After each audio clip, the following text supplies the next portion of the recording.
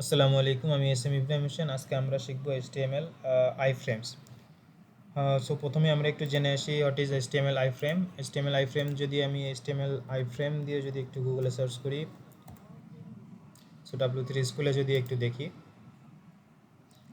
So এখানে কিন্তু HTML আইফ্রেমের যে সংখ্যাটা আমরা দেখতে পাচ্ছি, HTML iframe an HTML iframe is used to display a web page within a web page.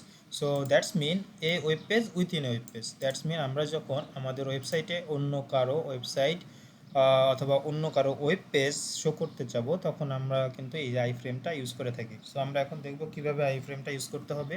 So iframe use করতে হলে প্রথমেই আমাদেরকে একটা ট্যাগ ইউজ করতে হবে, সেটা অবশ্যই রিলেটেড আই ফ্রেম হবে। সেটা যদি আমরা আই ফ্রেম ইউজ করি, যদি আমি এটা সেভ করি, সেভ করলে এখানে কিন্তু দেখতে পাচ্ছি যে এখানে যদি একটা বর্ডার দিয়ে দিই 1 পিক্সেল আপাতত, কোনো কিছু না লিখেই, তখনও কিন্তু আমরা কিন্তু একটু একটা দেখতে পারবো, একটা ফ্রেমের মতো একটা একটা ফ্রেম আমরা বলতে পারি। সেই ফ্রেম কিন্তু আমরা দেখতে পাচ্ছি, কিন্তু ফ্রেমের ভিতরে যেহেতু কিছুই নাই, এই জন্য এটা কিন্তু ব্ল্যাঙ্ক দেখা যাচ্ছে। এখন আই ফ্রেমের ভিতরে সাধারণত আমি বলছিলাম যে যে কোনো একটা ওয়েব পেজকে রাখা হয়। তো আমরা যদি একটু ট্রাই করি, আমাদের প্রথম আলো যেটা আছে, যে ওয়েবসাইটটা আছে, সেটাকে যদি আমরা রাখার চেষ্টা করি, অথবা ওয়েব পেজটা আছে, ওয়েব পেজটাকে যদি রাখার চেষ্টা করি, তখন এই যে প্রথম আলোর যে লিঙ্কটা আছে, এই লিঙ্কটাকে আমরা জাস্ট কপি করতে পারি। আই ফ্রেম কপি করে এটাকে যদি আমরা এই সোর্সের ভিতরে এটাকে দিয়ে দিই, এবং যদি আমাদের সেভ করার পর আমরা যদি দেখি, দেখা আমাদের কিন্তু আই ফ্রেমটা কাজ করছে। সো এখন কিন্তু আই ফ্রেমটাকে আমরা আরও বেশি কন্ট্রোল করতে পারি। এখন যদি কন্ট্রোল করার জন্য আমরা আরও কিছু অ্যাট্রিবিউট ইউজ করতে পারি, তারপরে সিএসএস ইউজ করতে পারি। আমরা এখন এখানে যদি কিছু অ্যাট্রিবিউট ইউজ করি, যেমন ওয়াইড যদি ইউজ করি ইমেজের মতো, 600 পিক্সেল যদি আমি দিয়ে দিলাম, এখানে দেখা যাবে যে এটা কিন্তু 600 পিক্সেল জায়গা জুড়ে নিয়ে গেছে। এবং আমরা যদি আর একটা হাইট ইউজ করতে পারি ইমেজের মতো করে, ফ্রেমটাতেও আমাদের হাইট ইউজ করতে পারবো।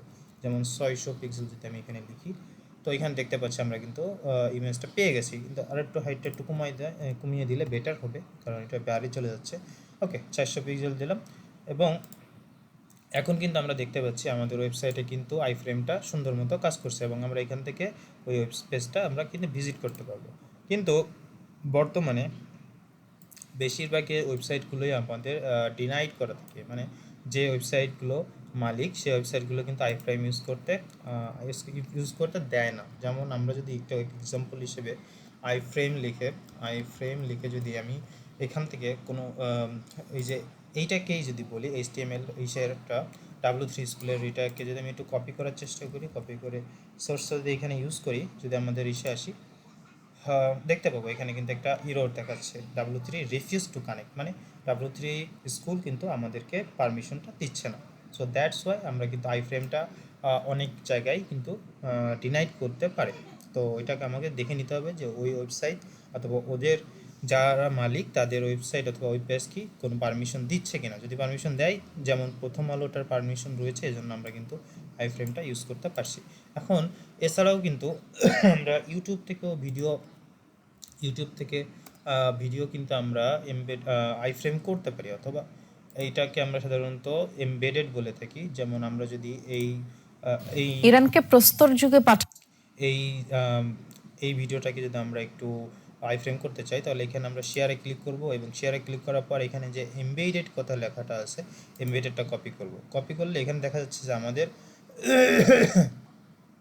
একটা আমাদের কিন্তু দিয়ে রেখেছে কপিটা। অনেক সময় এটাও কিন্তু থাকে না, ডেনাইট করা থাকে, তখন কিন্তু এটা আসবে না। তো আমরা এটা কপি করলাম, এই ভিডিও ওইটা লিঙ্কটা কপি করার পর যদি এখানে পেস্ট করে দিই, এবং যদি আমাদের সার্ভারে যেখানে আমাদের রান করতেছে, আমরা কিন্তু দেখতে পাচ্ছি যে আমাদের যে ইউটিউব থেকে যে ভিডিওটা আনলাম, সেই ভিডিওটা কিন্তু সুন্দর করে চলে এসেছে। এখন আমরা খুবই ইম্পর্টেন্ট আর একটা জিনিস, যে কোনো কোম্পানি অথবা যে কোনো কিছু লোকেশনের জন্য আমরা কিন্তু গুগল ম্যাপ ইউজ করি।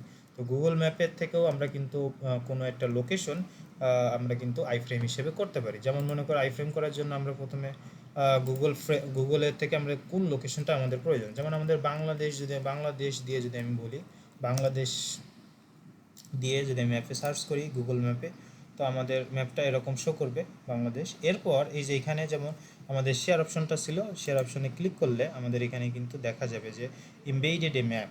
সো এখানে যদি ক্লিক করি তো এখানে আমাদের কিন্তু একটা HTML কোড দিয়ে দিচ্ছে। এই কপিটা যদি কপি করলাম,